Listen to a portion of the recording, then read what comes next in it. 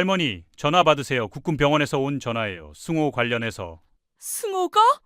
무슨 일이야? 정승호 이병이 훈련 중 사고로 중환자실에 입원했습니다. 보호자께서 즉시 오셔야겠습니다. 뭐라고? 사고라니.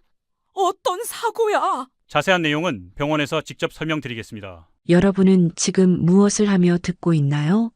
산책을 하시면서, 아니면 잠들기 전 침대에서, 집안일을 하면서 듣고 계신 분도 있을까요? 여러분의 일상이 궁금합니다.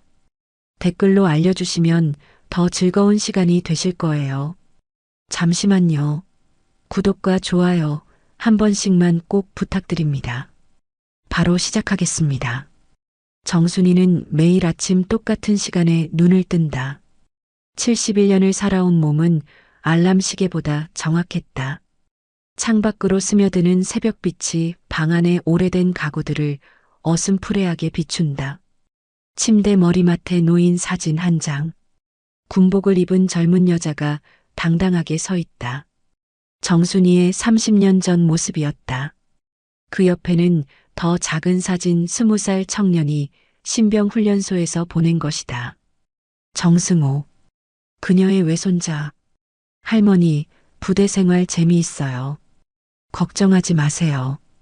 편지 뭉치에서 가장 최근 것을 꺼내 읽는다. 승호의 글씨는 어릴 때부터 또박또박했다. 군대에서도 변하지 않았다. 라디오를 켠다. 아침 뉴스가 흘러나온다.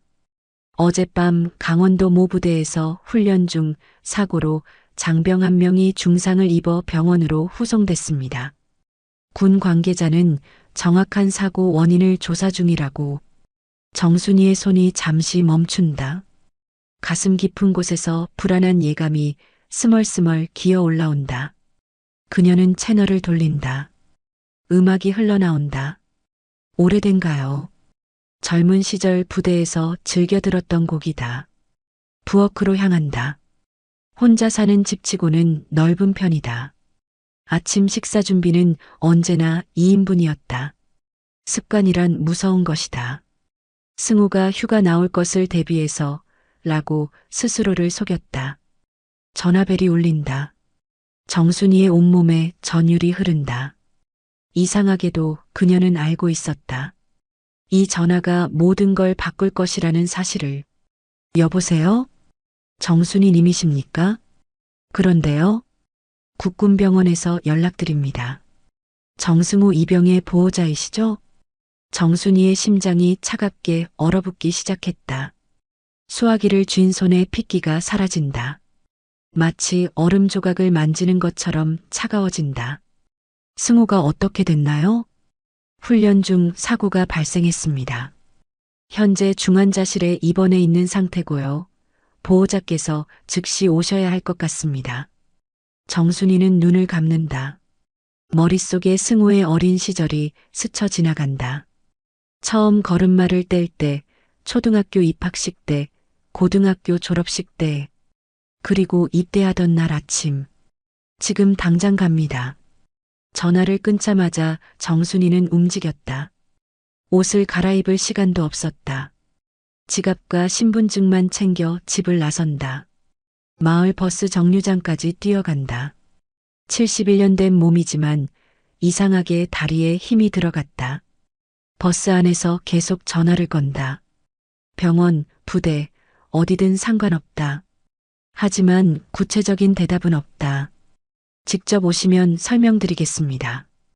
이런 말만 반복된다. 정순이는 창밖을 바라본다. 25년 전 전역할 때도 이 길을 지났다. 그때는 안도감이 컸다. 이제 평범한 할머니로 살 수 있다고 생각했다. 하지만 지금 이 순간 그녀의 가슴 속에서 잠들어 있던 무언가가 꿈틀거리기 시작했다. 오전 8시 서울역. KTX에서 내리자마자 택시를 잡았다. 기사에게 국군병원 주소를 말하는 순간 운전기사가 백미러로 그녀를 쳐다본다. 혹시 군인 가족이신가요? 외손자가 입원했어요. 요즘 군대 사고가 많다던데 걱정이 크시겠습니다. 정순이는 대답하지 않는다. 창밖으로 스쳐 지나가는 서울 풍경을 바라본다. 변한 것도 많고 변하지 않은 것도 많다. 하지만 지금 그녀에게는 아무것도 중요하지 않다. 국군병원이 보인다. 익숙한 건물이다. 현역 시절 몇 번 와본 적이 있다. 그때는 부하들을 문병하러 왔었다. 지금은 자신이 문병객이 되어 있다. 병원 정문에서 택시를 내린다. 정순이는 깊게 숨을 쉰다. 마음을 정리할 시간이다. 하지만 가슴 속에서 타오르는 불안감은 쉽게 가라앉지 않는다. 오전 9시 국군병원 정문. 정순이는 병원 정문으로 향한다. 헌병이 입구를 지키고 있다. 젊은 병사다. 계급장을 보니 상병이다. 어디로 가시나요? 정승우 이병 면회 왔습니다. 헌병은 명단을 확인한다. 그의 표정이 굳어진다. 무언가를 확인하는 듯 상급자에게 무전을 친다. 죄송합니다. 해당 환자는 면회 통제 대상입니다. 뭐라고요? 정순이의 목소리에 차가운 바람이 섞여 들어간다. 헌병은 본능적으로 뒤로 물러선다. 지휘부 명령으로 면회가 금지되어 있습니다. 정순이의 눈빛이 차갑게 변한다. 오랜만에 느끼는 감정이다. 현역 시절 부하들이 실수했을 때 이런 눈빛을 보냈다. 그때 부하들은 이 눈빛을 보고 장군님이 정말 화나셨구나 하고 느꼈다. 이유가 뭡니까? 그건 저희가 알려드릴 수 없습니다. 손자를 보러 온 할머니한테 이유도 못 알려주나요? 헌병은 당황한다. 매뉴얼에 없는 상황이다. 다시 상급자에게 무전을 친다. 잠시만 기다려 주시겠습니까? 정순이는 병원 로비로 들어간다. 민원실을 찾는다. 담당자를 불러달라고 한다. 그녀의 목소리에는 거부할 수 없는 위압감이 배어 있다. 10분 후 중이 하나가 나타난다. 젊은 장교다.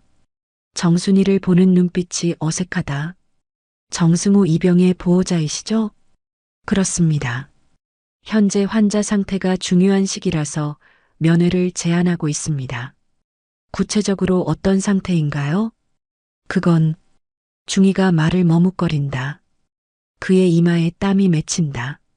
담당 의료진과 상의해야 할 부분이라서요. 정순이는 중이의 눈을 똑바로 쳐다본다. 이 젊은 장교는 거짓말을 하고 있다. 오랜 군 생활로 단련된 직감이 그녀에게 말하고 있다. 거짓말하는 사람의 눈빛을 그녀는 너무 잘 알고 있다. 그럼 담당 의료진과 상의하겠습니다. 그것도 지금은 어려우시고요. 왜요? 지휘부에서 내린 지시사항이라서요. 정순이는 자리에서 일어난다. 중이가 놀란다. 그녀의 움직임에서 뭔가 다른 기운이 느껴진다. 이영민 준장과 통화하고 싶습니다. 그건 불가능합니다. 불가능한 이유를 말씀해 주시겠어요? 중이는 대답하지 못한다. 정순이는 한참을 그를 바라본다. 그 시선이 마치 레이저처럼 날카롭다. 중이님, 계급장을 보니 육사 출신이시네요. 네, 그렇습니다만. 그럼 육사에서 군인 정신에 대해 배우셨을 텐데요. 정순이의 목소리가 낮아진다. 중이는 본능적으로 자세를 바로 한다. 군인의 가족을 보호하는 것도 군인 정신 아닙니까? 하지만 명령이 잘못되었다면 어떻게 해야 합니까? 정순이는 명함을 꺼내 그에게 건넨다. 명함을 받은 중이의 손이 미세하게 떨린다. 정순이 예비역 준장입니다. 중이의 얼굴이 순식간에 창백해진다. 그는 명함을 받아든다. 손에 쥔 명함이 마치 뜨거운 불덩이처럼 느껴진다. 이영민 준장에게 전해주세요. 정순이 예비역 준장이 면담을 신청한다고요. 네, 알겠습니다. 그리고 한 가지 더. 정순이는 중이에게 다가간다. 그녀의 목소리는 조용하지만 단호했다. 내가 군인이었다는 걸 내가 잊지 않았으면 좋겠다. 중이는 고개를 끄덕이며 급히 자리를 뜬다. 정순이는 로비 의자에 앉는다. 하지만 그녀의 마음은 전혀 평온하지 않다. 뭔가 큰 일이 벌어지고 있다는 직감이 점점 강해진다. 45년 전 논산 육군훈련소. 26살의 정순이는 남자들 사이에서 유일한 여성 장교였다. 훈련소 교육대장실에서 박도연 대위와 마주 앉아 있다. 정순이 중위, 자네가 여기서 제일 뛰어난 교육자라고 들었네. 감사합니다. 하지만 문제가 있어. 박도연은 서류를 넘긴다. 정순이의 얼굴이 굳어진다. 상급자 명령을 2번이나 거부했다고 되어 있군. 명령이 잘못되었다고 판단했습니다. 어떤 명령? 여군들에게 남군과 동일한 훈련을 시키지 말라는 명령이었습니다. 박도연은 고개를 끄덕인다. 그의 눈빛에서 무언가 다른 감정이 스친다. 그래서 거부했나? 군인은 성별이 다르다고 해서 다른 대우를 받아야 하는 게 아닙니다. 상급자는 뭐라고 했나? 규정을 따르라고 했습니다. 그럼에도 불구하고 거부한 이유는? 정순이는 망설이지 않고 대답한다. 규정이 잘못되었다고 생각했습니다. 박도연은 서류를 덮는다. 그의 표정에서 뭔가 결심이 서는 것이 보인다. 정순이 중위, 자네는 내가 봤던 군인 중에서 가장 끝까지 가는 사람이야. 무슨 뜻입니까? 옳다고 생각하는 일을 끝까지 밀고 나가는 사람이라는 뜻이지. 박도연은 자리에서 일어난다. 그런 사람이 필요한 곳이 있어. 갈 수 있겠나? 어디입니까? 전방부대. 남자들만 있는 곳이야. 정순이는 망설이지 않는다. 가겠습니다. 현재 국군병원 인근 찻집. 정순이는 핸드폰으로 전화를 건다. 구형폰이지만 여전히 잘 작동한다. 여보세요? 김대령 나야. 정순이. 아, 장군님. 오랜만입니다. 지금 급한 일이 있어. 정보가 필요해. 어떤 정보 말씀이신가요? 수색대 관련해서 최근에 문제가 있었나? 전화기 너머로 한숨소리가 들린다. 장군님, 어떻게 아셨습니까? 내 외손자가 그 부대에 있어. 그럼 그 사건. 정순이의 온몸에서 피가 역류하는 듯한 뜨거운 분노가 치솟았다. 하지만 그녀의 표정은 오히려 얼음장처럼 차갑게 굳어갔다. 어떤 사건이야? 일주일 전에 있었던 일입니다. 한 이병이 고참병 명령을 거부했다가 정순이의 손이 떨린다. 하지만 목소리는 단호하다. 자세히 말해봐. 보복성 훈련이 있었습니다. 공식적으로는 특별 체력 단련이라고 보고됐지만 실제로는 가혹행위였습니다. 그 이병이 쓰러질 때까지 계속됐어요. 정순이는 눈을 감는다. 예상했던 일이다. 하지만 직접 들으니 분노가 치솟는다. 다른 정보는 지휘부에서 은폐하려고 하는 것 같습니다. 언론 통제도 심하고요. 고마워. 도움이 됐어. 전화를 끊자마자 정순이는 또 다른 번호를 누른다. 안전행정부 조사관실입니다. 정순이입니다. 박도연 중장님 연결해 주세요. 죄송합니다. 중장님께서는 회의 중이시라서 긴급한 일이라고 전해주세요. 정순이 예비역 준장이 연락했다고요. 잠시 후 익숙한 목소리가 들린다. 순이야, 무슨 일이야? 도연아, 급한 일이 있어. 뭔데? 내 외손자가 수색대에서 당했어. 전화기 너머로 짧은 침묵이 흐른다. 어디서 통화하고 있나? 국군병원 앞이야. 지금 당장 가겠다. 오후 8시 수색대 부대 인근. 정순이는 어둠을 틈타 부대 근처로 향한다. 박도연이 공식적으로 움직이는 동안 그녀는 비공식적으로 정보를 수집하기로 했다. 부대 정문에서 200m 떨어진 곳에 차를 세운다. 택시기사에게 1시간 후에 다시 오라고 한다. 할머니, 위험하지 않으세요? 괜찮아요.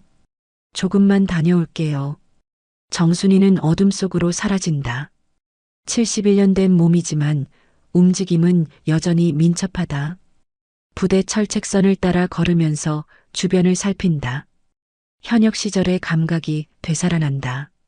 경계 근무의 패턴, 초소의 위치, 사각지대의 존재, 모든 것이 손에 잡히듯 보인다. 그때 철책선 안쪽에서 목소리가 들린다. 야, 김태우.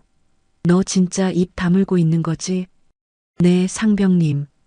만약 외부에 떠벌리면 어떻게 될지 알지? 정순이는 몸을 낮춘다.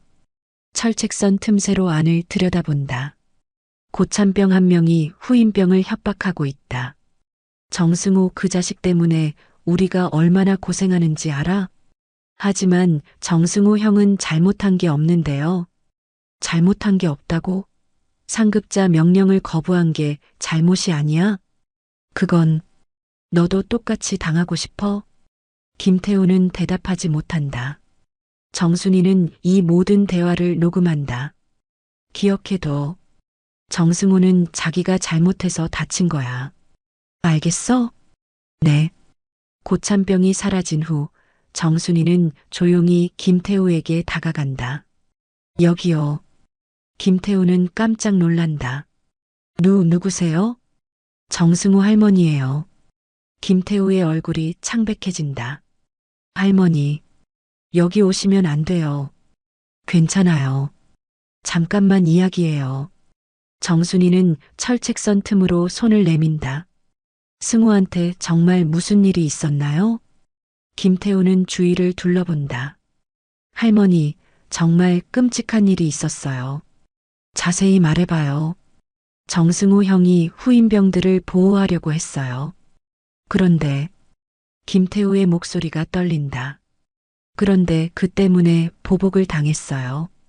어떤 보복? 특별 체력 단련이라고 했지만 실제로는 고문이었어요. 정순이의 주먹이 쥐어진다. 증거가 있나요? 네, 있어요. 김태우는 주위를 한 번 더 둘러본 후 휴대폰을 꺼낸다. 몰래 촬영한 동영상이 있어요. 정말이요? 네. 하지만 발각되면 저도 위험해요. 정순이는 김태우를 바라본다. 용기가 있네요. 정승호 형이 저를 구해준 적이 있어요. 어떻게?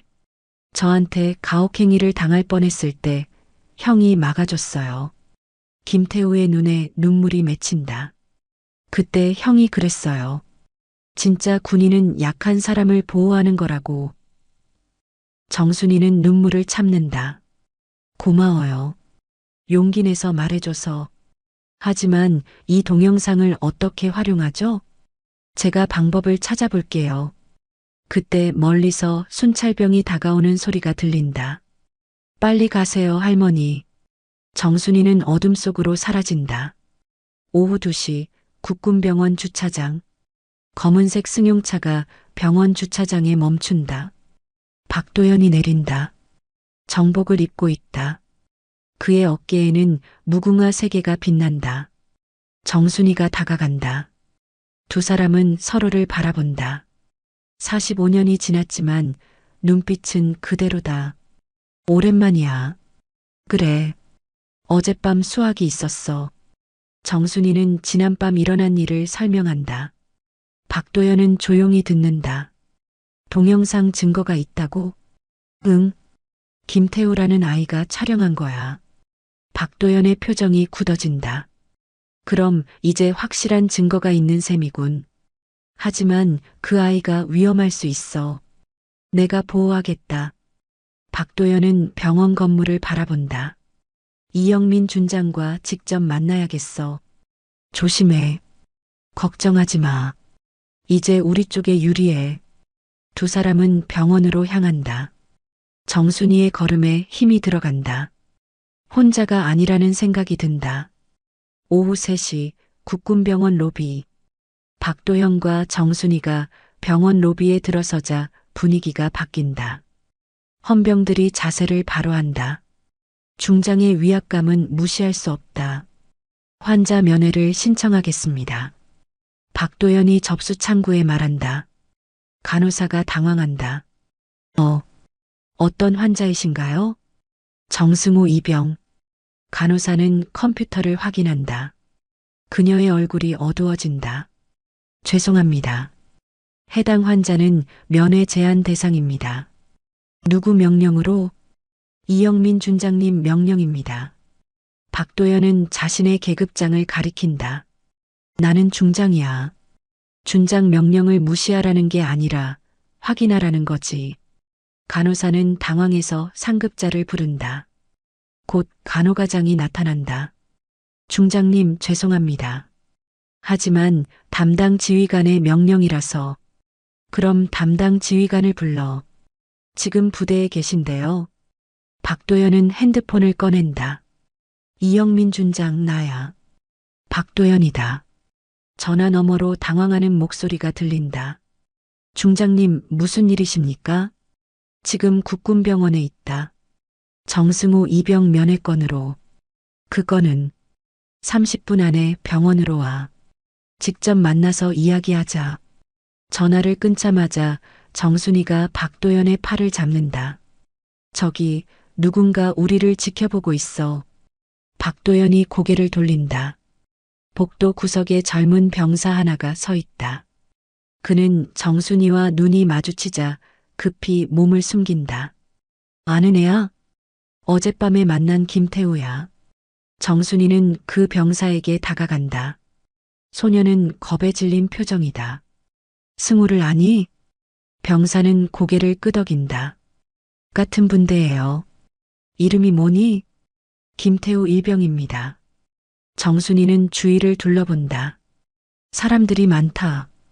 조용한 곳에서 이야기할까? 김태우는 망설인다. 그의 눈에는 두려움과 용기가 동시에 어려 있다. 저는 아무것도 모르는데요. 아무것도 모르는 사람이 왜 이렇게 떨고 있니? 정순이의 목소리는 부드럽지만 단호하다. 승우한테 무슨 일이 있었는지 알고 있지? 김태우의 눈에 눈물이 맺힌다. 할머니, 정말 끔찍한 일이 있었어요. 오후 4시 병원 뒤편 벤치. 정순이, 박도연, 김태우가 조용한 벤치에 앉아 있다. 김태우는 계속 주위를 둘러본다. 아무도 없어. 편하게 말해. 박도연이 안심시킨다. 정승우 형이 고참병 명령을 거부했어요. 무슨 명령? 후임병들한테 가혹행위를 하라는 명령이었어요. 정순이의 주먹이 쥐어진다. 그래서 형이 거부했어요. 후임병들은 내가 보호하겠다고 했어요. 김태우의 목소리가 떨린다. 그 다음 날부터 형한테 보복이 시작됐어요. 어떤 보복? 특별 체력 단련이라고 했지만 실제로는 고문이었어요. 박도연이 몸을 앞으로 기울인다. 구체적으로 어떤 일이 있었나? 새벽 2시에 깨워서 완전군장 구보시키고 거기서 끝나지 않았어요. 김태우는 울음을 참는다. 형이 쓰러질 때까지 계속됐어요. 그것도 모자라서 계속 말해. 훈련장에서 실전 훈련이라고 했어요. 하지만 형 혼자서 여러 명을 상대하게 했어요. 정순이는 깊게 숨을 쉰다. 그때 승우가 다친 거야? 네. 형이 쓰러졌는데도 계속하라고 했어요. 그러다가 형이 의식을 잃었어요. 김태우는 손으로 얼굴을 가린다. 우리가 이건 훈련이 아니라 살인입니다. 라고 소리쳤어요. 그제서야 멈췄어요. 박도영과 정순이는 서로를 바라본다. 둘의 눈에는 분노가 치솟고 있다. 다른 증인들은 모두 입을 다물고 있어요. 보복이 무서워서. 너는 왜 말하는 거야? 정승우 형이 제 생명을 구해준 적이 있어요. 김태우가 고개를 든다. 저한테 가혹행위를 당할 뻔했을 때 형이 막아줬어요. 정순이의 눈에 눈물이 맺힌다. 그리고 어젯밤에 할머니를 만나서 더 용기가 생겼어요. 너 때문에 승우를 구할 수 있을 거야. 정순이는 김태우의 어깨를 잡는다. 하지만 저는 위험하지 않을까요? 박도연이 답한다. 내가 보호하겠다. 진실을 말하는 군인을 보호하는 것도 지휘관의 의무야. 그때 김태우가 휴대폰을 꺼낸다. 할머니, 이것도 보여드릴게요. 화면에 동영상이 재생된다. 정승호가 여러 명에게 둘러싸여 폭행당하는 장면이다. 정순이는 눈을 감는다. 박도연은 주먹을 쥔다. 이걸 언제 촬영했나? 사고 당일이에요. 너무 끔찍해서 증거로 남겨야 한다고 생각했어요. 용감한 일이었어. 박도연은 김태우를 바라본다. 이 동영상을 국방부에 제출하겠다. 정말요? 당연하지. 이제 증거가 있잖아. 오후 5시 국군병원 원장실. 이영민 준장이 병원에 도착한다. 그의 표정은 어둡다. 원장실에서 박도연과 정순이가 기다리고 있다. 중장님, 무슨 일로 오셨습니까? 앉아. 박도연의 목소리에는 온기가 없다. 정승호 이병 사건에 대해 이야기해보자. 훈련 중 발생한 안전사고입니다. 안전사고? 정순이가 입을 연다. 증언을 들었어요. 이건 안전사고가 아니라 보복성 가혹행위예요. 이영민의 얼굴이 굳어진다. 누구한테 들었습니까? 그건 중요하지 않아요. 중요한 건 진실이에요. 박도연이 휴대폰을 꺼낸다. 이영민 준장, 이것 좀 봐. 화면에 김태우가 촬영한 동영상이 재생된다. 이영민의 얼굴이 창백해진다. 이건 어디서 구했습니까? 내부 고발자가 있어. 누구입니까? 그건 말할 수 없지만 이제 모든 게 밝혀졌어. 박도연은 이영민을 노려본다. 이 준장, 자네 지금 뭘 숨기고 있나? 숨기는 건 없습니다. 다만 부대 기강 확립을 위해. 기강 확립? 정순이가 자리에서 일어난다. 후임병을 죽을 뻔하게 만드는 게 기강 확립이에요? 과장된 표현입니다. 과장? 박도연의 목소리가 낮아진다. 동영상을 봤잖아. 이게 과장이야? 이영민은 입을 다문다. 정승호 이병 면회를 즉시 허용해. 하지만 규정상. 규정? 자네가 만든 규정 말인가? 박도연이 자리에서 일어난다. 내일 아침까지 모든 통제를 해제하지 않으면 내가 직접 조치하겠다. 이영민의 얼굴이 창백해진다. 중장님, 그건 뭔가? 부대 사정을 모르시면서 박도연의 눈빛이 차가워진다. 부대 사정? 가혹행위를 은폐하는 게 부대 사정인가? 그때 갑자기 문이 열린다. 김태우가 들어온다. 그 뒤로 다른 병사들이 따라온다. 저도 증언하겠습니다. 젊은 병사가 말한다. 저도 봤습니다. 정승호 형이 당한 일을. 또 다른 병사가 나선다. 저도 말씀드리겠습니다. 이영민은 당황한다. 너희들이 여기서 뭐 하는 거야? 진실을 말하러 왔습니다. 김태우가 당당하게 답한다. 더 이상 침묵할 수 없어요. 정순이는 이 젊은 병사들을 바라본다. 그들의 눈에서 용기가 빛난다. 고맙습니다. 여러분 모두. 박도연은 이영민을 바라본다. 이제 됐나? 증인이 충분한가? 이영민은 아무 말도 하지 못한다. 오후 6시 국군병원 간호사실. 조미경 간호사는 컴퓨터 모니터를 바라보며 고민에 빠져 있다. 정승호 이병의 의료 기록이 화면에 떠 있다. 그녀는 20년간 군 병원에서 근무했다. 이런 케이스는 처음이 아니다. 조 간호사. 뒤에서 목소리가 들린다.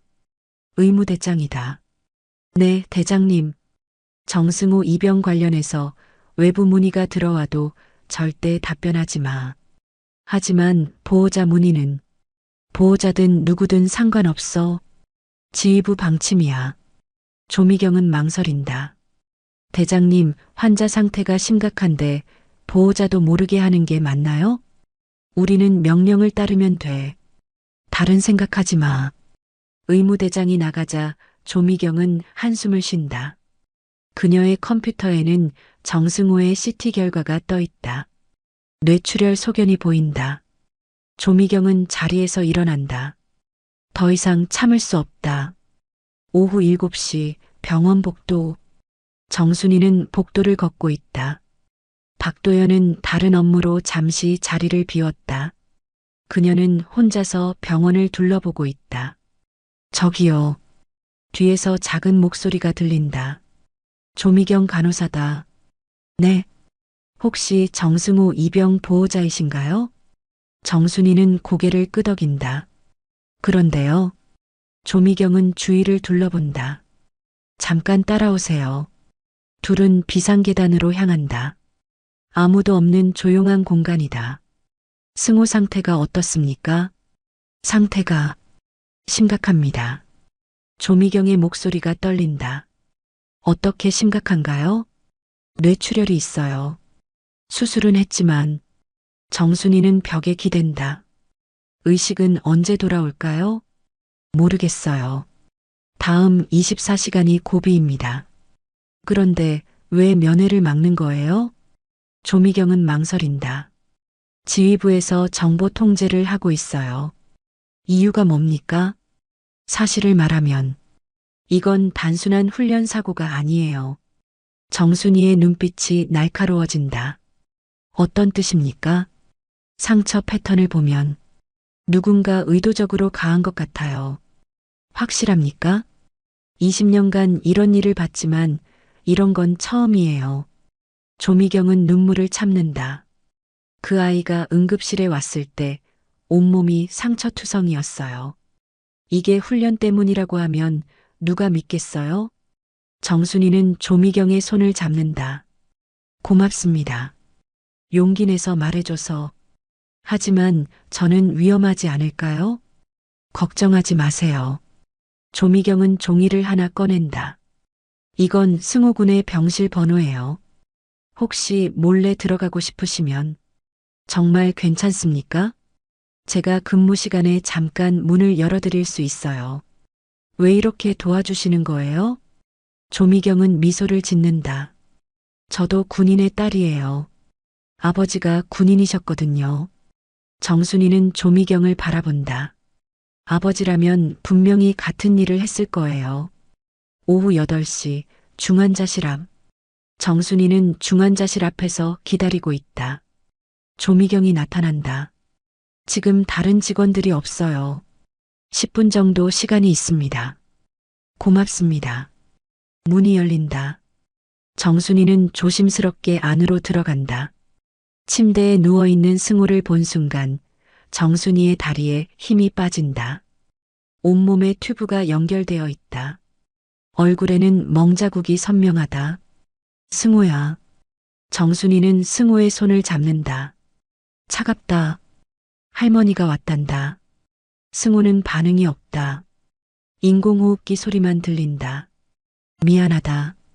할머니가 너무 늦게 왔구나.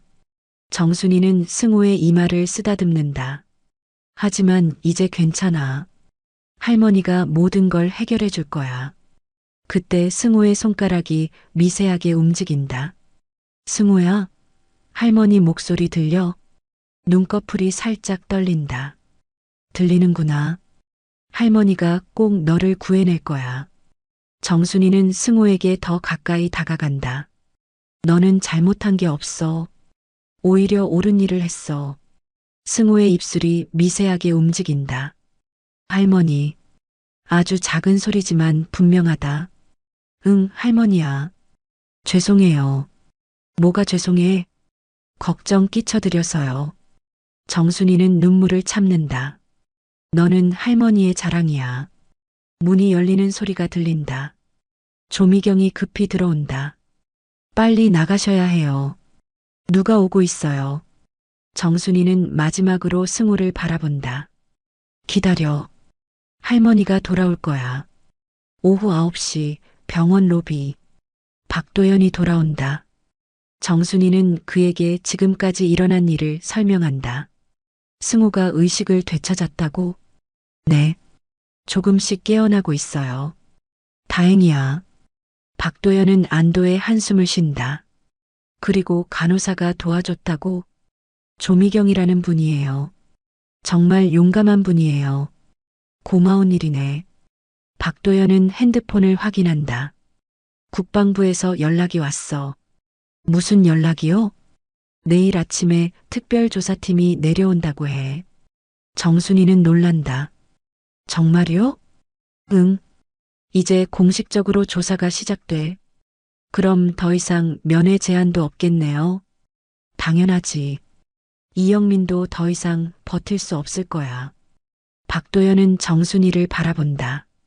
순이야, 정말 고생했어. 아직 끝나지 않았어요. 그래도 이제 희망이 보여. 정순이는 고개를 끄덕인다. 승호가 깨어나는 걸 보니까 모든 게 괜찮아질 것 같아요. 오후 10시 병원 지하 자료실. 조미경은 혼자 지하 자료실에 있다. 그녀는 정승호 사건과 관련된 모든 자료를 정리하고 있다. 의료 기록, 사진, 검사 결과 등. 이 모든 게 증거가 될 거야. 조미경은 혼자 중얼거린다. 그때 갑자기 문이 열린다. 이영민이 들어온다. 뭐하고 있나? 조미경은 놀란다. 준장님, 어떻게 여기에? 자료를 찾고 있어. 정승호 입영 관련 자료. 조미경은 당황한다. 그런 자료는 없는데요. 거짓말하지 마. 다 알고 있어. 이영민은 컴퓨터를 확인한다. 이게 뭔가?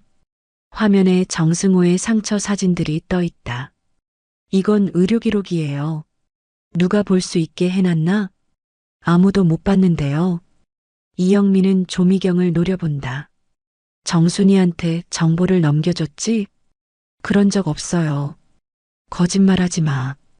그때 갑자기 다른 문이 열린다. 박도연이 들어온다. 여기서 뭐 하는 거야? 이영민은 놀란다. 중장님, 어떻게 여기에? 조 간호사가 위험하다고 해서 왔어. 박도연은 컴퓨터 화면을 본다. 이 자료들을 없애려고 했나? 그런 게 아니라. 그럼 뭔가? 이영민은 대답하지 못한다. 조 간호사, 괜찮습니까? 네, 괜찮습니다. 조미경은 안도의 한숨을 쉰다. 이 자료들을 안전한 곳에 보관하겠습니다. 박도연은 조미경을 바라본다. 용기 있는 일을 하셨네요. 제 의무라고 생각해요. 이영민은 아무 말도 하지 못하고 자리를 떠난다. 45년 전 전방 부대 막사. 젊은 정순이는 남자 장교들 사이에서 유일한 여성이다. 회의실에서 작전 브리핑이 진행되고 있다. 정순이 중위, 이번 작전에서 후방 지원 업무를 맡겠다. 대대장이 말한다. 정순이는 고개를 든다. 왜 후방 지원입니까? 여자가 전방에 나가는 건 위험해. 위험하다고 해서 후방으로 빠지는 게 맞습니까? 회의실이 조용해진다. 다른 장교들이 정순이를 바라본다. 명령이야.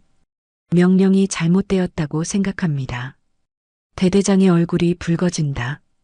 뭐라고? 군인으로서 동등한 대우를 받을 권리가 있습니다. 중위, 지금 상급자 명령을 거부하는 건가? 거부하는 게 아니라 재검토를 요청하는 겁니다. 그때 박도연 대위가 입을 연다. 대대장님, 정순이 중위 말이 맞습니다. 뭐? 능력으로 판단해야지 성별로 판단할 일이 아닙니다. 대대장은 박도연을 노려본다. 박대위, 자네도 명령을 거부하는 건가? 명령을 거부하는 게 아니라 더 나은 방법을 제안하는 겁니다. 박도연은 정순이를 바라본다. 정순이 중위를 전방 정찰팀에 투입하겠습니다. 위험하다고 했잖아. 위험하지만 그녀가 가장 뛰어난 정찰 요원입니다. 정순이는 박도연을 바라본다. 그의 눈에서 신뢰가 느껴진다. 대대장님, 제가 증명해 보이겠습니다. 정순이는 당당하게 말한다. 여자도 남자만큼 할 수 있다는 걸 보여드리겠습니다. 현재 새벽 5시 수색대 부대. 박도연은 이른 아침에 부대에 도착한다. 이영민을 미리 연락하지 않았다. 깜짝 방문이다. 중장님, 어떻게 이렇게 일찍? 이영민이 당황한다. 훈련 영상을 보고 싶어. 훈련 영상요? 정승호 이병 사고 당일 영상. 이영민의 얼굴이 굳어진다. 그건 보안상 문제가 있습니다. 보안상 문제? 내가 중장인데? 하지만 부대 내부 사정이라서. 박도연은 이영민을 똑바로 바라본다. 이 준장, 자네 지금 나한테 거짓말하고 있지? 거짓말이 아니라. 그럼 영상을 보여줘. 이영민은 망설인다. 영상이 없습니다. 없다고? 삭제됐습니다. 박도연의 눈빛이 차가워진다. 누가 삭제했나? 그건 대답해. 이영민은 입을 다문다. 자네가 삭제했나? 중장님, 그건 대답하지 않으면 내가 직접 조사하겠다. 이영민은 결국 고개를 끄덕인다. 제가 삭제했습니다. 이유가 뭔가? 부대 이미지를 위해서입니다. 박도연은 자리에서 일어난다. 이준장, 자네는 지금 증거인멸을 했어. 하지만 변명하지 마. 자네는 군인이 아니야. 그때 갑자기 문이 열린다. 한 병사가 들어온다. 준장님, 죄송합니다. 긴급한 일이 있어서 지금 회의 중이야. 나가. 하지만 이건 정말 중요한 일이에요. 병사는 USB를 꺼낸다. 이 안에 삭제된 영상이 있어요. 박도현과 이영민은 놀란다. 뭐라고? CCTV 관제실에서 백업으로 저장해둔 영상이에요. 병사는 박도연을 바라본다. 제가 관제실 근무를 할 때 몰래 복사해둔 거예요. 왜? 이런 일이 또 일어날 수도 있다고 생각했어요. 이영민의 얼굴이 창백해진다. 너는 누구야? 정승호 선임병입니다. 정승호를 존경하는 병사예요. 박도연은 USB를 받는다. 고마워. 용기 있는 일이었어. 이영민은 아무 말도 하지 못한다. 오전 8시 국방부 장관실. 박도연은 국방부 장관실에 있다. 장관에게 모든 상황을 보고했다. USB 영상을 확인했습니다. 어떤 내용인가? 명백한 가혹행위입니다. 도저히 훈련이라고 할 수 없는 수준이에요. 장관은 고개를 젓는다. 이영민 준장 즉시 직위 해제하겠습니다. 고맙습니다. 그리고 해당 부대 전체를 조사하겠습니다. 필요한 조치입니다. 장관은 박도연을 바라본다. 박 중장, 이런 일이 다시는 일어나지 않도록 하겠습니다. 그래야죠. 특별히 예방 대책을 마련하겠습니다. 박도연은 자리에서 일어난다. 정순이 예비역 준장께도 감사드린다고 전해주세요. 당연히 그래야죠. 박도연은 병원으로 돌아간다. 정순이가 기다리고 있다. 어떻게 됐어? 이영민 직위 해제됐어. 정말? 그리고 승호 면회 금지도 해제됐어. 정순이는 안도의 한숨을 쉰다. 이제 승호를 볼 수 있어. 정순이는 병원 로비에서 공식 통보를 받는다. 간호과장이 직접 나와서 알려준다. 정순이 예비역 준장님, 정승호 이병 면회가 허용되었습니다. 정말인가요? 네. 지금 당장 면회 가능합니다. 정순이는 눈물을 흘린다. 마침내 이 순간이 왔다. 고맙습니다. 박도연 중장님께서 모든 조치를 취해 주셨습니다. 정순이는 고개를 끄덕인다. 도연이 약속을 지켰다. 오전 10시 중환자실 드디어 만난 할머니와 손자. 정순이는 떨리는 마음으로 중환자실 문을 연다. 조미경 간호사가 안내한다. 승호야. 침대에 누워있는 승호가 눈을 뜬다. 할머니를 보자 눈에 눈물이 맺힌다. 할머니, 정말 와주셨구나. 당연하지. 할머니가 어떻게 안 와? 정순이는 승호의 손을 잡는다. 차가웠던 손이 이제 따뜻하다. 할머니, 꿈에서 계속 들렸어요. 뭐가? 할머니 목소리요.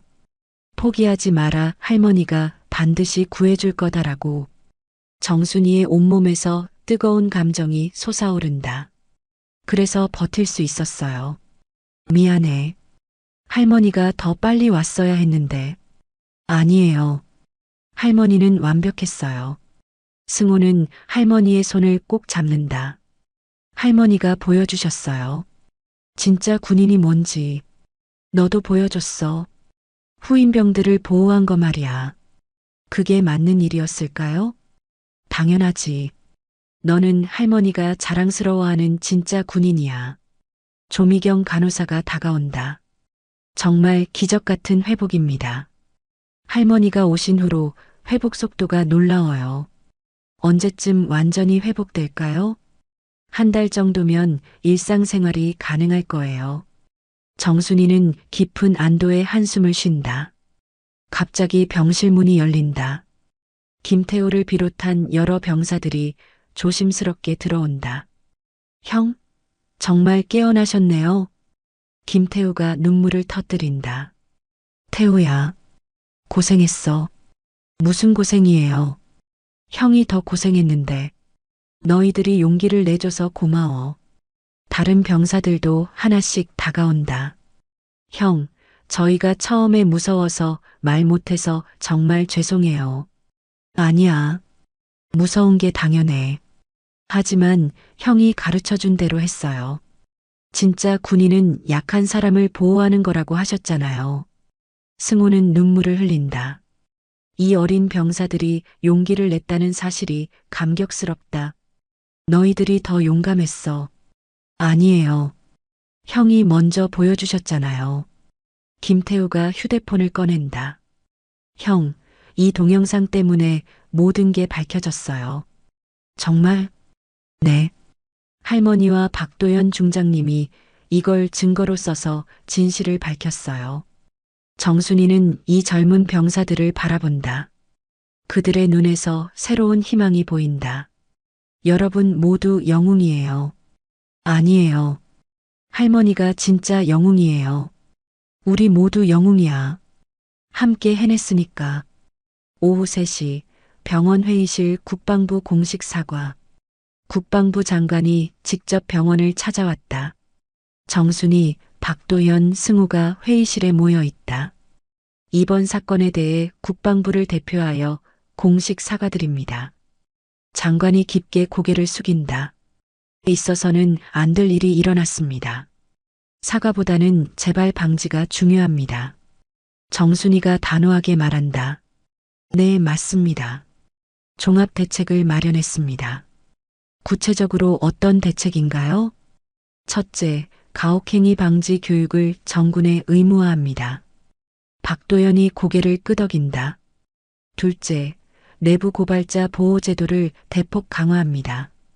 셋째, 지휘관 책임제를 엄격히 도입합니다. 정순이는 만족스러운 표정을 짓는다. 그리고 정순이 예비역 준장님께 특별자문위원을 요청드리고 싶습니다. 저를요? 네. 이런 일이 다시 일어나지 않도록 제도 개선을 도와주십시오. 정순이는 잠시 생각한다. 승낙하겠습니다. 감사합니다. 승우가 침대에서 일어나 앉는다. 저도 도움이 되고 싶습니다. 어떻게요? 전역 후에 예비군 간부가 되어서 후배들을 교육하겠습니다. 장관은 놀라며 고개를 끄덕인다. 훌륭한 결심입니다. 할머니께서 보여주신 것처럼 저도 후배들을 보호하고 싶습니다. 이영민이 헌병들에게 붙잡혀 병원을 나가고 있다. 정순이가 그를 지켜본다. 이영민 준장. 이영민이 멈춘다. 그의 얼굴에는 패배감이 역력하다. 예비역 준장님, 마지막으로 한 말씀만 드리겠습니다. 군인의 명예를 지키지 못해 참으로 안타깝습니다. 이영민은 고개를 깊게 숙인다. 죄송합니다. 저한테 사과하실 일이 아닙니다. 그럼 누구에게요?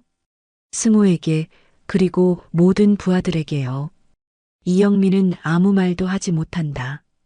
군복은 명예를 위해 입는 겁니다. 당신은 그걸 더럽혔어요. 박도연이 다가와서 차가운 목소리로 말한다. 진짜 군인이 뭔지 이제라도 깨달으셨으면 좋겠습니다. 정순이가 덧붙인다. 계급이 아니라 책임입니다. 이영민은 헌병들과 함께 쓸쓸히 사라진다. 승호의 병실에 모든 사람들이 모여 있다. 정순이, 박도현, 김태우, 조미경, 그리고 다른 병사들까지. 이제 정말 끝났네요. 김태우가 안도의 한숨을 쉰다. 끝난 게 아니라 시작이야. 승호가 힘주어 말한다. 무슨 시작이요? 새로운 군대를 만드는 시작이야. 박도연이 고개를 끄덕인다. 맞습니다. 이제 진짜 시작입니다.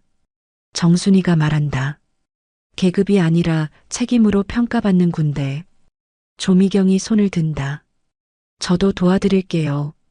의료진의 독립성을 보장하는 제도를 만들어 볼게요. 모든 사람들이 고개를 끄덕인다. 우리 모두 함께해요. 승호가 말한다. 혼자서는 할 수 없는 일이니까. 맞아. 함께해야 해. 정순이는 이 모든 사람들을 바라본다. 젊은 병사들, 용기 있는 간호사, 정의로운 장군, 그리고 자신의 소중한 손자. 고맙습니다. 여러분 덕분에 승호를 구할 수 있었어요. 아니에요. 할머니 덕분이에요. 우리 모두 덕분이에요. 박도연이 말한다. 진짜 군인은 혼자가 아니에요. 함께 하는 거죠. 모든 사람들이 서로를 바라보며 따뜻한 미소를 짓는다. 정순이와 박도연이 조용한 정원에서 산책하고 있다.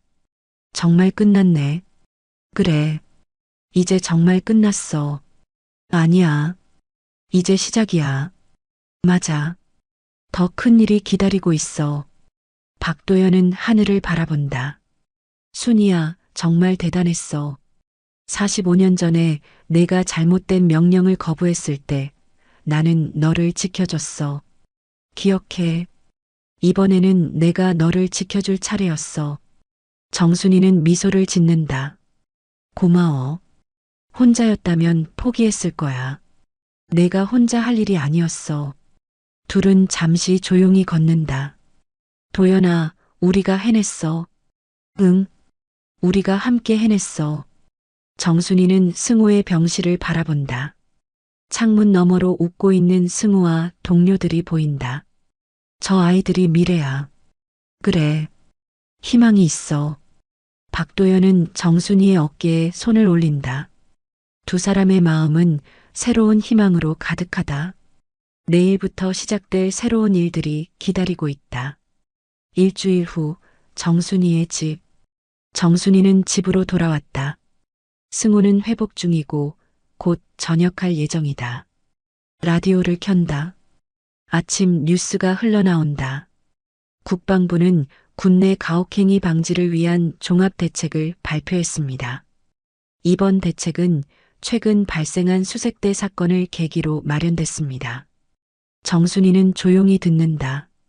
정승호 이병은 현재 회복 중이며 그를 보호하기 위해 나선 할머니 정순이 예비역 준장의 이야기가 전국적으로 화제가 되고 있습니다. 뉴스는 계속된다. 이번 사건을 계기로 군내 인권보호제도가 대폭 강화될 예정이며 내부 고발자 보호 시스템도 새롭게 도입됩니다. 정순이는 라디오를 끈다. 더 이상 들을 필요가 없다. 책상 위에 놓인 편지를 본다. 승우가 병원에서 쓴 것이다. 할머니, 저는 이제 진짜 군인이 무엇인지 알 것 같아요. 계급이 아니라 책임이라는 걸 배웠어요. 할머니처럼 살고 싶어요. 정순이는 편지를 가슴에 안는다. 전화벨이 울린다. 여보세요? 할머니, 저예요. 승호. 응, 몸은 어때? 많이 나아졌어요. 내일 퇴원할 수 있을 것 같아요. 정말? 다행이다. 할머니, 제가 하고 싶은 말이 있어요. 정순이는 미소를 짓는다. 너는 원래 훌륭한 아이였어. 아니에요. 할머니가 보여주셨어요. 정순이는 눈물을 흘린다. 한 달 후 강원도 양양 새로운 일상. 정순이는 다시 평범한 일상으로 돌아왔다. 하지만 예전과는 완전히 다르다. 이제 그녀는 확신한다. 진짜 군인은 전역 후에도 계속 군인이라는 것을. 승우가 전역하고 할머니와 함께 아침을 먹는다. 할머니, 저 대학교 다니면서 예비군 간부 할 거예요. 왜? 후임병들을 보호하는 일을 계속하고 싶어요. 정순이는 고개를 끄덕인다. 좋은 생각이야. 할머니도 계속 도와주세요. 당연하지. 그리고 할머니, 이거 봐주세요. 승우는 신문을 펼친다. 할머니 이야기가 일면에 나왔어요. 정순이는 신문을 본다. 진짜 군인은 전역 후에도 계속 군인이다. 정순이 예비역 준장의 손자 구하기. 부끄럽네. 승우는 할머니를 바라본다. 할머니는 제 영웅이에요. 2달 후 국방부 회의실 정순이의 새로운 역할. 정순이는 국방부 회의실에 앉아 있다. 군 간부들이 그녀의 말을 듣고 있다. 가혹행위 방지의 핵심은 교육이 아니라 문화 변화입니다. 구체적으로 어떤 의미인가요? 상명하복이 절대적이라는 생각을 바꿔야 해요. 정순이는 자료를 넘긴다. 잘못된 명령에 대해서는 거부할 수 있다는 걸 가르쳐야 해요. 하지만 그러면 기강이 해이해지지 않을까요? 오히려 반대입니다. 진짜 기강은 옳은 것을 지키는 거예요. 박도연이 고개를 끄덕인다. 정순이 준장 말씀이 맞습니다. 그리고 지휘관의 책임을 강화해야 해요. 부하를 보호하지 못한 지휘관은 반드시 책임을 져야 해요. 정순이는 당당하게 말한다. 그래야 이런 일이 재발하지 않아요. 회의가 끝난 후 국방부 장관이 정순이에게 다가온다. 정말 훌륭한 제안들이었습니다. 감사합니다. 앞으로도 계속 자문을 요청해도 될까요? 물론입니다. 제 의무라고 생각해요. 박도연이 다가온다. 순이야, 정말 자랑스러워. 내가 다시 군복을 입은 모습 말이야. 정순이는 자신을 바라본다. 정복은 아니지만 마음속에서는 다시 군복을 입었다. 나도 그런 기분이야. 6개월 후 대학교 강당 승호의 강연. 승호는 대학교 강당에서 후배들에게 강연하고 있다. 진짜 군인이 뭔지 아세요? 학생들이 관심 있게 듣는다. 계급이 높은 사람이 아니에요. 그럼 뭔가요? 책임을 지는 사람이에요. 승호는 당당하게 말한다. 약한 사람을 보호하고 잘못된 건 잘못됐다고 말하는 사람이에요. 한 학생이 손을 든다. 그런 사람이 되려면 어떻게 해야 해요? 용기를 내는 거예요. 어떤 용기요? 옳은 일을 위해 싸우는 용기요. 승호는 할머니를 떠올린다. 제 할머니께서 보여주신 것처럼요. 강연이 끝난 후 한 학생이 다가온다. 정말 감동적이었어요. 할머니께서 정말 대단한 분이시네요. 네. 제 영웅이에요. 언제 한번 뵙고 싶어요. 승우는 미소를 짓는다. 언제든지 오세요. 할머니도 기뻐하실 거예요. 1년 후 정순이의 집에 특별한 손님들이 찾아왔다. 김태우, 조미경, 그리고 다른 병사들까지. 할머니, 안녕하세요. 김태우가 밝게 인사한다. 어머, 어떻게 다들 왔니? 할머니 보고 싶어서 왔어요. 조미경이 말한다. 그리고 좋은 소식이 있어요. 무슨 소식? 김태우가 간부가 됐어요. 정순이는 김태우를 바라본다. 정말 축하해. 감사해요, 할머니. 어떤 간부가 됐니? 중대 교육 담당이에요. 훌륭하네. 승우가 나타난다. 할머니, 손님들이 오셨네요. 응, 반가운 손님들이야. 모든 사람들이 거실에 모여 앉는다. 할머니, 요즘 어떻게 지내세요? 바빠. 국방부에서 자문일도 하고 강연도 다니고. 강연이요? 젊은 군인들에게 인권 교육을 해주고 있어. 조미경이 놀란다. 정말 대단하세요. 나이가 들어도 할 일이 있다는 게 감사해. 김태우가 말한다. 할머니 덕분에 저희도 새로운 꿈을 갖게 됐어요. 어떤 꿈? 정의로운 군인이 되는 꿈요. 정순이는 이 젊은 사람들을 바라본다. 너희들이 있어서 미래가 밝아. 지금 이 순간에도 정순이는 활동하고 있다. 국방부 자문위원으로, 인권 강연자로, 그리고 무엇보다 진짜 군인으로. 그녀는 계급장은 떼었지만 책임은 떼지 않았다. 정승호는 대학에서 예비군 간부로 활동하며 후배들을 가르치고 있다. 그의 강의 제목은 진짜 군인이 되는 법이다. 김태우는 중대 교육 담당 간부가 되어 부하들을 보호하고 있다. 그는 항상 부하들에게 말한다. 잘못된 명령은 거부할 수 있다고. 조미경 간호사는 군병원개혁위원회에서 일하고 있다. 그녀는 의료진의 독립성을 보장하는 제도를 만들고 있다. 그리고 수많은 젊은 군인들이 정순이의 이야기를 듣고 용기를 얻고 있다. 이영민 전 준장은 그는 더 이상 군인이 아니다. 그리고 그것이 마땅하다. 나는 가끔 그날을 떠올린다. 71년 된 할머니가 손자를 위해 다시 군복을 입었던 날을. 그녀는 우리 모두에게 증명했다. 진짜 군인은 나이에 상관없다는 것을. 진짜 군인은 계급에 상관없다는 것을. 진짜 군인은 책임감으로 기억된다는 것을. 그리고 가족을 위해, 정의를 위해 다시 일어설 수 있다는 것을. 우리는 모두 정순이가 될 수 있다. 옳은 일을 위해 끝까지 싸우는 사람이 될 수 있다. 그것이 진짜 군인이다. 정순이는 집 앞 우편함에서 편지 한 통을 꺼낸다. 국방부에서 온 것이다. 정순이 예비역 준장님께 군 내부 고발 보호 제도의 공식 출범을 알려드립니다. 이 제도는 정순이 제도라고 명명되었습니다. 정순이는 편지를 읽으며 눈물을 흘린다. 승호야, 할머니 이름으로 제도가 만들어졌대. 정말요?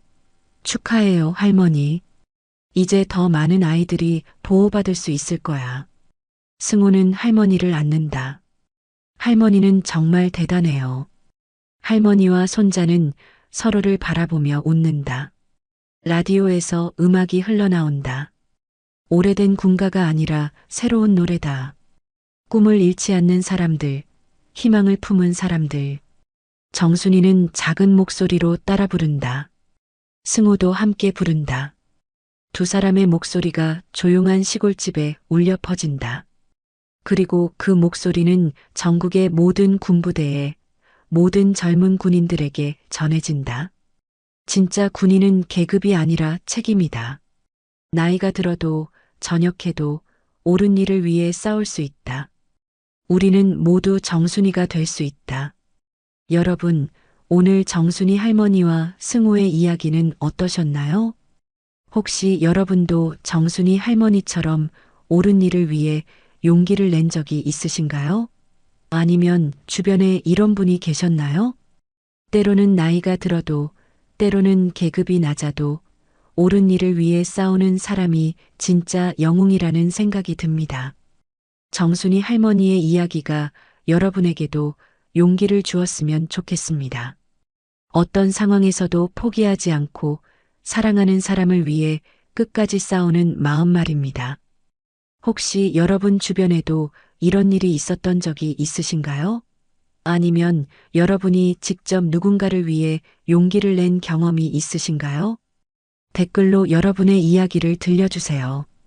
여러분의 용기 있는 경험담, 가족을 위해 했던 일 또는 정의로운 일을 위해 싸웠던 순간들을 기다리고 있습니다. 여러분의 소중한 사연이 또 다른 누군가에게 용기와 희망을 줄 수 있을 거예요. 다음에도 더 감동적이고 의미 있는 이야기로 찾아뵙겠습니다. 오늘도 들어주셔서 감사하고 구독과 좋아요 꼭 부탁드려요.